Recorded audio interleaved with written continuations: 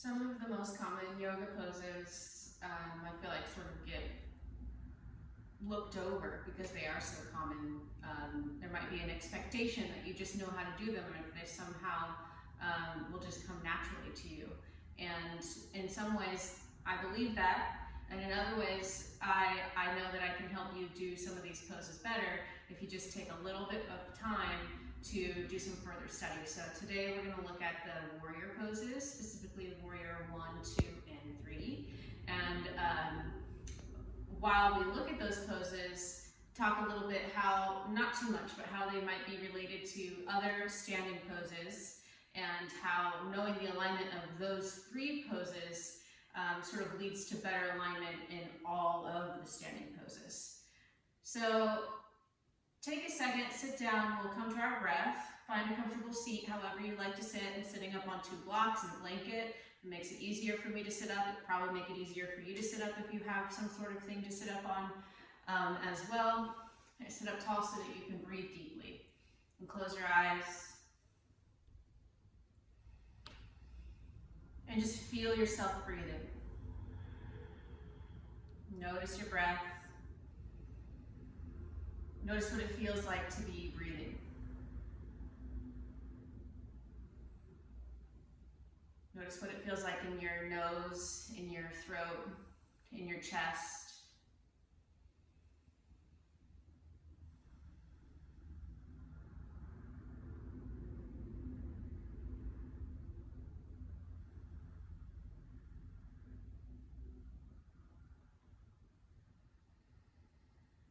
Really just filling yourself up with breath here on the inhale and exhale through your nose. Maybe you're breathing more deeply than you were before you sat down and closed your eyes. Maybe you're not.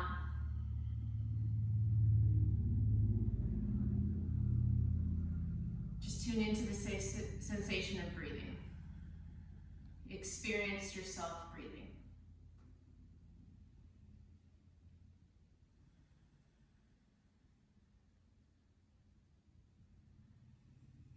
And I invite you to just sort of clear some space to learn about the warrior poses, even though you might feel like you know enough or you already know everything. And I laugh because that's just impossible. I'm always learning about my body in the poses because my body's always changing as I age, or through pregnancies, through injuries, through having more energy one day than the other. It's always a different experience.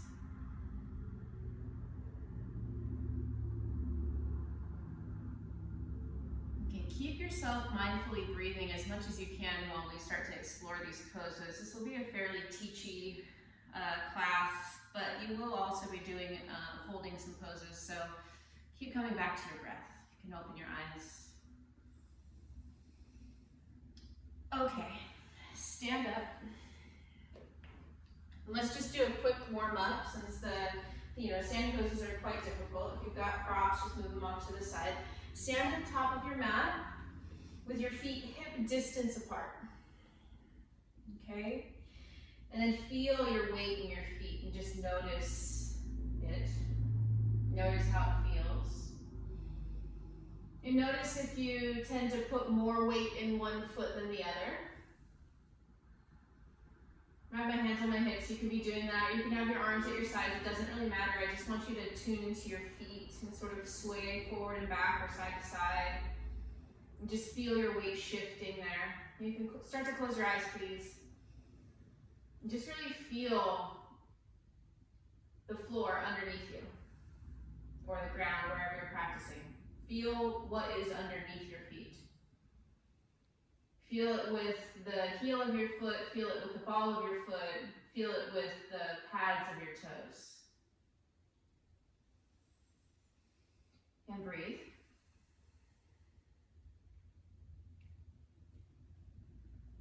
Okay, take your arms to your sides if your hands are on your hips. Do a half sun salutation here. Inhale, reach your arms up, look up. Bring your palms together overhead. And then exhale, bend your knees deeply as you fold forward, lift your butt up so your head can come down. Inhale, lift your chest, look forward. Keep your knees bent. Exhale, step back to downward facing dog. Walk in place in down dog.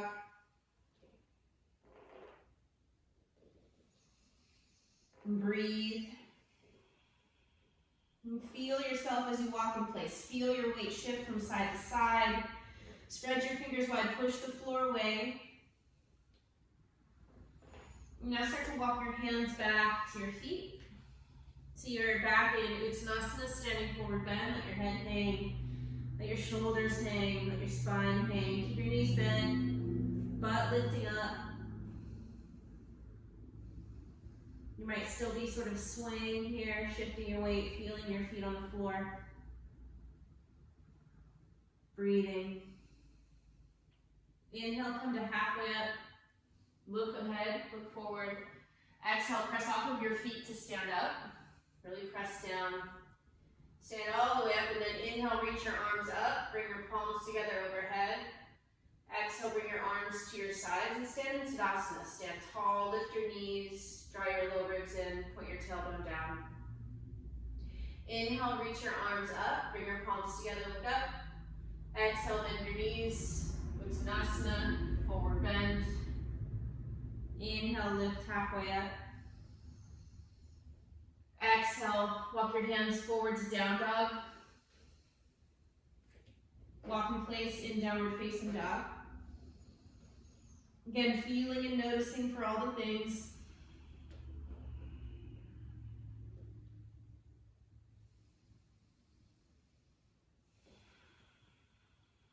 And take another long, slow breath. Inhale, look forward. Exhale, walk toward the back of your hands. Feet hip distance. Inhale, lift halfway up. Exhale, fold over your legs, bent knees, butt lifting, head down. Hang here for a breath or two. Maybe you're still shifting your weight a little.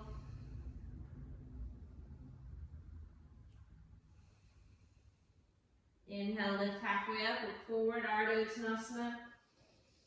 Exhale, stand up, Tadasana. Inhale, reach out and up. Upward salute. Urdhva Namaskarasana. Exhale, bring your arms to your sides. Back to Tadasana. So, first off is our feet.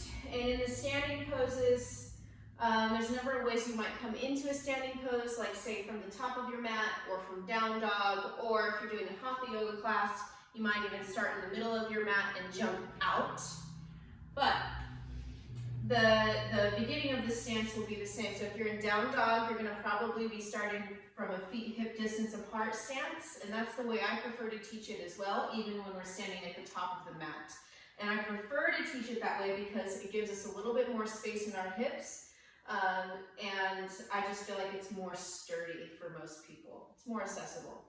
But you could start with your feet together. Okay, so that might be a cue that your teacher uses if you have a different teacher, that you start your poses from feet together, and that's a totally fine thing to do, unless you find it to be, first of all, harder to balance or not as comfortable. So it's up to you, but for the sake of this class today, I'm going to teach it the way I prefer, which is feet starting hip distance apart. And you could even start with your feet wider apart. I want to add this in for those of you that have larger hips, or if you're pregnant, or if you just have a bigger upper body, you might actually want to start with your feet even further apart, okay? So feet, hip distance apart, feel your weight in your feet. We're going to do this first one from stepping back and do warrior one, okay? Let's start from the top. So hands on your hips, bend your knees slightly, take a deep inhale. And exhale, step your right foot back as far as you can. And I say as far as you can for a reason. Okay, because if you step not very far apart, sure you'll have a shorter warrior one, but most likely you'll be putting most of the weight into the front leg, which isn't necessarily a bad thing. but this tends to make you lean forward more, makes it a little bit weirder to bring your chest up. It's almost like you're just standing there. So I do encourage you to take as far back of a step as you can, and then the shorter stance that you have, like back foot to front foot short, is going to make the pose a little bit easier. But warrior poses are supposed to make us stronger, supposed to make our legs stronger, our core, it makes our balance stronger. So really erring on the side of playing your edge here and how much you can take, okay? So warrior one, your back foot is to a diagonal to the back of your mat. And really as much as you can do that, as much as your back ankle will allow. Front toes are facing straight ahead. Now, step forward again, really quick. And then, as you step back, notice what your hips do, okay? So when you step back, the right hip comes behind the line of the left hip, and that's totally fine and normal. But warrior one, we're not facing to the side, we're not facing diagonally, we're gonna be facing forward. So the more you can turn your back foot in, the easier it will be to turn your right hip forward. You wanna try to avoid letting the right hip sink down so that it's lower than the left hip as much as you can. You're gonna try to keep the two sides of your pelvis even with one another, and that's gonna be true with all of the standing poses, okay? So hips are even with one another. One hip is not lower than the other, and you can check that by putting your hands on your hips with your fingers pointing forward, and you can see when one hand is lower than the other, and then you just pick up that hip so that your hands are more even, okay? So turning your chest forward is going to be where most of the ability to face forward in warrior one comes from, and then your front knee is over your ankle, okay? And one day maybe, so this pose traditionally is taught with the thigh parallel to the floor, which is very difficult. And so as we get stronger, we might be able to approach that more, but at first you might be sort of up a little higher, okay? Which would mean, again, shorter stance, all right? So that's warrior one from the top. So go ahead, place both hands on your front thigh. If you need to help you step forward, you can push down on your leg to help you, or just step forward, hands on your hips. Let's take the left side. So you're gonna step back as far as you can, turn your back foot to a diagonal. Notice if one of your hips is lower than the other, it would most likely be your left hip. You lift that up, start to turn your left hip bone forward, turn your chest forward, and then bend your knee over your ankle. So on this side, let's bring in the arms. Excuse me. So arms either are shoulder width apart, which is going to be much easier for those of us that have a little bit more restriction in our shoulders, or palms together. So some of us might be able to do palms together, but our hands won't be able to be directly overhead. It might be palms together with your hands a little bit forward, and that's okay. So either hands shoulder width apart, palms together overhead, or maybe slightly forward.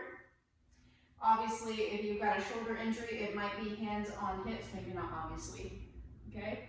So you'll notice, you see my lower back here has a large curve, so go ahead and step forward. So in that pose specifically, warrior one, Virabhadrasana 1, there is a back bend aspect to it. So let's try this from the middle of your mat. Come to the middle of your mat, and we'll do what's called yogi jumping jack. So start with your feet hip distance apart, and bring your fingertips together in front of your heart. You're going to jump out wide. As you jump out wide, you'll bring your arms out wide as well. So inhale, bend your knees. Exhale, jump out wide. Now feeling your feet on the floor. We know one of our feet is going to be diagonal to the other. But first go ahead and line up your toes. And then I talked about how you want to step back and try to take that longest step back possible. So here we get to sort of measure how far our step back should be. And maybe this is a sort of a goal that we might have. Or maybe we know that it's like something we can't actually achieve, but it's just interesting to see how far that step back could be or would be if we were able to do it. Okay, so turn your right foot in deeply, and then turn your left toes out. Okay, so, and then start to bend your left knee. Actually, take your hands to your hips. Now, remember, try to keep your hips even. Turn your hips forward here. And then bend your left knee over your ankle. And now reach your arms up and do whatever arm variation feels good for you. So your back leg is straight. Okay, my knee tends to look bent, but my leg is straight here. So if I had a bent knee, my heel would probably be lifted. But I'm straightening my leg, front knee over ankle, right hip lifted even with the left, chest turned forward, arms up. And then straighten your left leg, turn your left toes in deeply, turn your right toes out. So my feet are as wide as my wrists, okay? I think I like built up a thing to say that and then I didn't actually say it. So if you turn your toes forward, you're lining your ankles up underneath your wrists and your toes are in one straight line. Then you turn your left toes in deeply and turn your right toes out. So most people, when they do that for the first time, especially bring your hands to your hips, they realize like, oh, this is how far my feet are supposed to be. Because sometimes some people will be doing, not doing that, even though they might be able to. So start to bend, or first start to turn your left hip forward. And don't let that hip turn down as well. Remember, hips need to be in line with one another, right? And then from here, start to bend your left knee. You'll feel your lower back start to curve a little more. Try to keep your back leg as straight as you can. Chest turns forward. And reach your arms up and breathe. Okay, so that's our warrior one position. You feel your feet on the floor. Notice if your toes are really clenching the ground. It's okay if they're pushing down a little bit, but not too much. Okay, and then straighten your right leg, turn your toes in, bring your hands, fingertips to your heart, take a deep inhale. As you exhale, hop your feet in, arms at your sides. Okay, warrior two. So once again, stand at the top of your mat with your hands on your hips. Inhale, bend your knees. Exhale, step your right foot back as far as you can. And now take your foot so that it's parallel to the back of your mat. Okay, your toes can be turned in a little bit here, but we want it to be fairly parallel to the back of the mat. Front toes facing straight ahead. All right, and so you can see in my hips right now what is probably going to end up happening to most of us. It's not totally there yet, but as soon as we start to bend this knee, your left knee, your left hip is going to try to come in, which is going to mean that this right glute here is going to disengage. So in order for us to get the most strengthening aspects out of the pose, we actually want to keep that right hip engaged. So bend your left knee over your ankle, but as you do, squeeze that right hip in. Squeeze, squeeze, squeeze. And that will make it so that there's some space here in your left hip instead of what usually happens, which is this. So again, we talked about how our hips should be in line, and here my left hip is underneath the line of my right hip. So you actually want to lift that up so both hips are even. Okay, and then think of where your tailbone is. You're going to point it straight down toward the ground. Feel your feet on the floor, pushing down the pinky side edge of your back foot, front knee over ankle, and then finally it's the arms. And arms are just coming directly out from your shoulders. You look over your front fingertips. Then you can try to engage your arms more by turning your palms up, get your triceps to engage. Keep that engagement of your upper arms and turn your palms back down. Okay, draw your low ribs in. Take another breath. And then hands on hips. It's a big step forward here. It might take a couple of steps. Okay. Left side. So bend your knees a little bit. And step your left foot back as far as you can. So left foot parallel to the back of your mat. Front toes facing straight ahead. Start by evening out your hips, right? So you can see here, this right hip is sort of already digging in, and this left hip is already disengaged. And so from here, I go into it, then I have this thing happening where my warrior two looks like this, and this is a very common misalignment. Will it kill you? Probably not. Does it put a little bit more stress on the joint? Yes. So, start out already. You can use your hands again. I'll put my fingers back so you can see. So if I even out my hips, my hands become level. And then if I come into warrior two from here and don't allow this hip to dip towards my front thigh, then I have a much stronger warrior. My left hip is engaged. Okay, right knee over my ankle. Back, pinky side edge of my foot pressing down. Reach your arms out to the side, look over your front fingertips. Turn your palms up, engage your triceps. Keep them engaged as you turn your palms down and breathe. So warrior two is a very difficult pose. I feel like all the warriors are, but this one especially is very strengthening for your hips and low back. I guess they all are probably. Take another breath. All right. And big step forward. So let's again try that from the hopping out starting position. So start at the center of your mat with your feet hip distance apart. Bring your fingertips together in front of your heart. Inhale, bend your knees. Exhale, hop your feet out and arms out wide. Line your ankles up underneath your wrist. Turn your right toes out. Turn your left, or keep your left foot parallel to the back of your mat. Think about your hips, okay? So pressing into your feet on the floor, feel your legs engaged, keep your hips even with one another, and then bend your knee over your ankle. Now reach your arms out to the side. So let's talk about another common misalignment here. Look down at your right knee, and if you cannot see your big toe, it's most likely because your knee is dropping in. So go ahead and straighten your legs. I know it's hard to hold that. So one thing that you can do, just like with the hip thing, is before you even go into the pose, know that that's probably going to happen. It happens for most of us.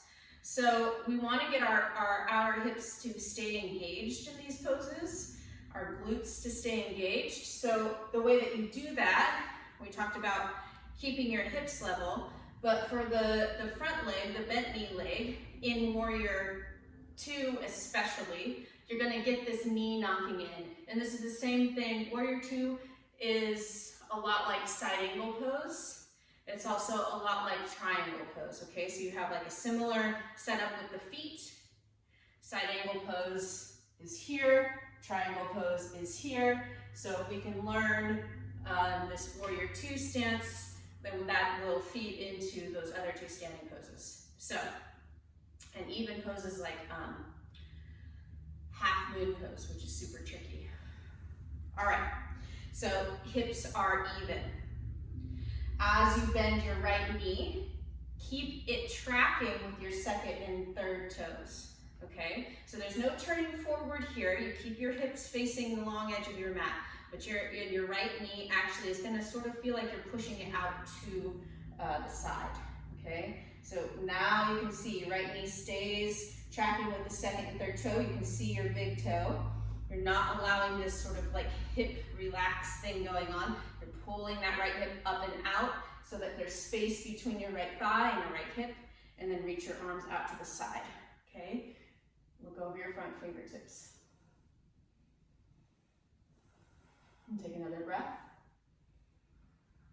All right, switch sides. Turn your right toes in, turn your left toes out. Now, we could be getting to the point in class where you're like, this is way harder. It's way harder. It is way harder because you're doing it right. Now, I don't really like to say that too much because if you're doing yoga, you're doing it right. I'm proud of you. But we can get sort of like deeper into how these poses benefit us by really doing all of the engagements that they're asking of us, okay? So, hands on hips, keep your hips even, press into your feet, make your legs strong. Bend your left knee, keep it in line with your second and third toes. Don't let that hip drop. Reach your arms out to the side, look over your front fingertips and breathe for Warrior Two, Virabhadrasana 2. Okay, just feel those feet on the floor. Notice if you're clenching your toes or your jaw or your mouth. You can just take a quick peek and see, oh, can I still see my big toe? Good, and then straighten your front leg. So something that happens as we start to get into this stuff is like, oh, I did the alignment. Well, you do it and then you have to keep doing it, because as soon as you take your mind, your awareness off of it, until you've built the sort of like muscle memory, it's gonna keep happening. So let's do that one more time. Hips even, back foot presses down, front foot presses down, so your legs are strong, okay? And then you're gonna keep your left knee tracking over your second and third toes as you bend your knee. Try to keep that space in your front hip. Reach your arms out to the side, look over your front fingertips and breathe. And take another deep breath. One more.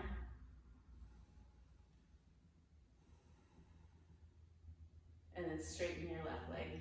Turn your left toes forward. Take your fingertips to your heart. Inhale, bend your knees. Exhale, hop. Okay? So last but not least, for sure not least, one of the more difficult yoga poses is Warrior Three. Okay? Now I'm showing you Warrior Three because, I mean, this is a more advanced yoga pose, first of all. And advanced, I mean like difficult, not like you're an advanced person if you can do it. It's just difficult. But the hips are gonna be important. So we talk about how our hips need to stay balanced, right? I've been talking about that. So in Warrior Three, when we start to lift our back leg, most of the time what people will do is start to turn your foot out. Because it makes it easier to lift your leg if you turn your foot out. So people will prioritize the lift of the leg. But what I actually want you to do is to prioritize the work of the hips like we've been doing in all the other warrior poses. So I don't care how far you lift your leg, maybe you do, but that's definitely not the point of the Warrior Three. So standing at the top of your mat with your feet hip distance apart, place your hands on your hips. Okay, and stand tall, just take a deep breath. Inhale through your nose, exhale through your mouth.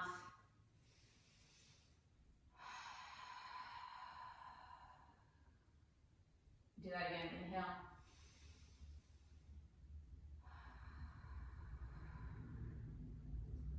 Okay, bend your knees and start to lean forward halfway.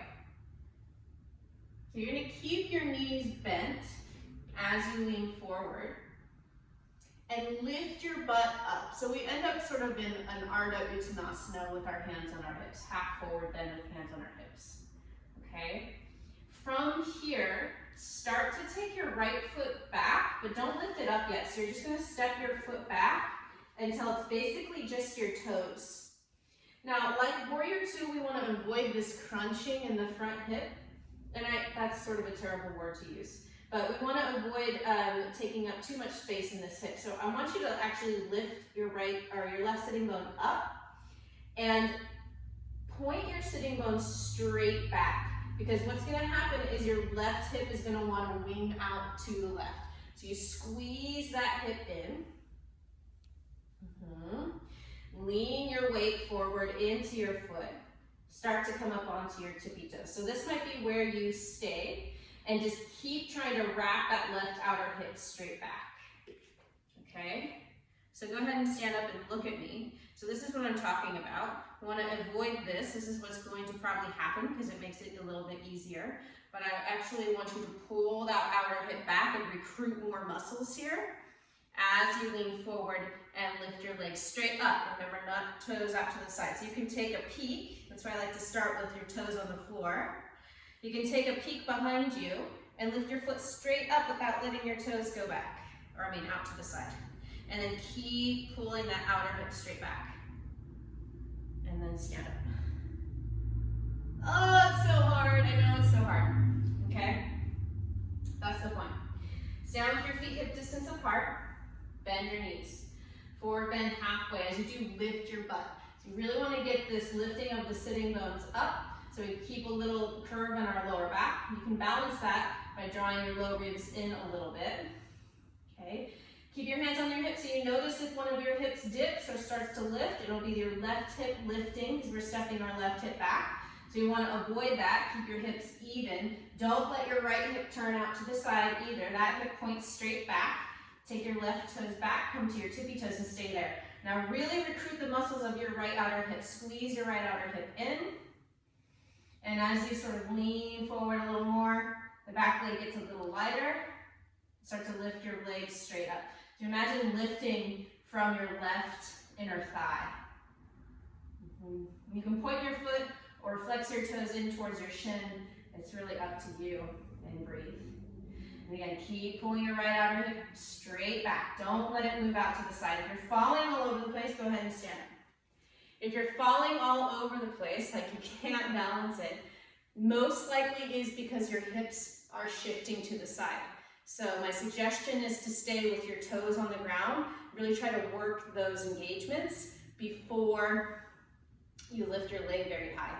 And you can start out with just lifting your toes barely off the floor in Warrior 3. Yeah? So we're gonna do it one more time, Warrior 3, Virabhadrasana 3, but this time we're going to do full pose, so arms reaching forward, okay? Hands on hips makes the pose slightly easier. You could even do hands at heart, which makes it even easier, okay? So if you don't want to do arms overhead variation, reaching forward, then hands on hips or hands together in front of your heart, and pray for it to end. It is going to end soon, okay? So feel your weight in your feet, okay? So the balance comes not from being able to keep your foot on the floor. I call it like the floppy fish foot, which starts to just sort of go crazy. It becomes from your hips. And sometimes when you get that floppy fish foot, it's best just to like stand up, take a breath, and come back to it, okay? Remember to breathe. Holding your breath doesn't help you not fall. Even though I know it can feel like it. So feet are hip distance apart. Toes are facing straight ahead. Take a deep inhale through your nose, exhale through your mouth.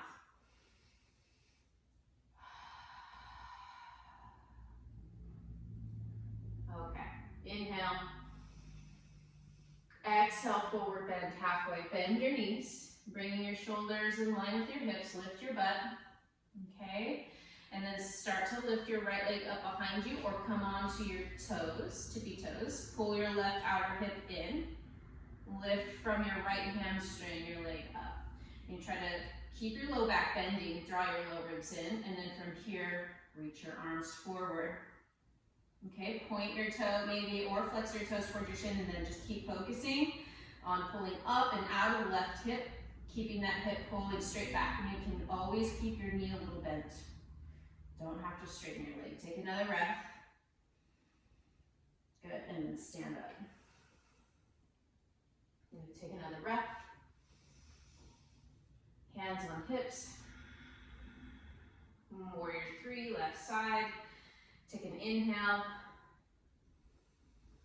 Exhale, forward bend, halfway, Ardha Uttanasana. As you inhale, start to lift your left leg up behind you. Focus on your right hip.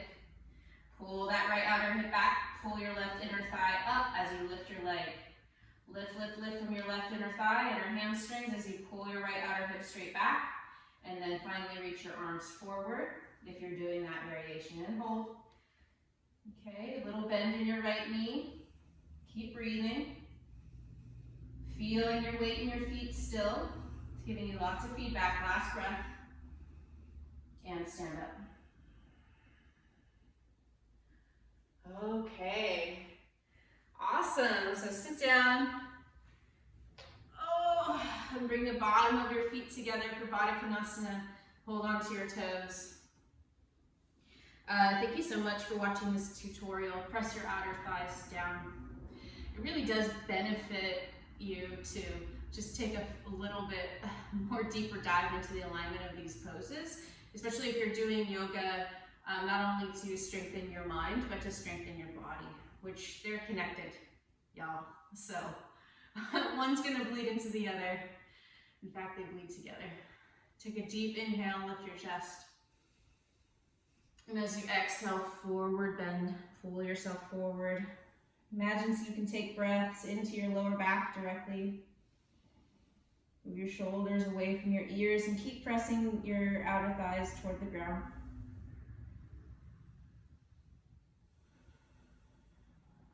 One more inhale and exhale.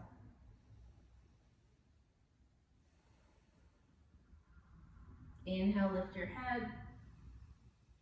Exhale, sit all the way up. Close your eyes for a moment, just feel yourself.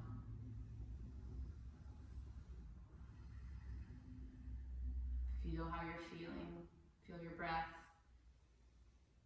Feel your temperature. Feel the air in the room. Feel your seat on the ground.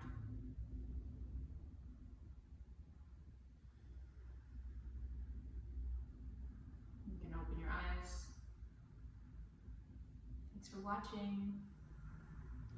Namaste.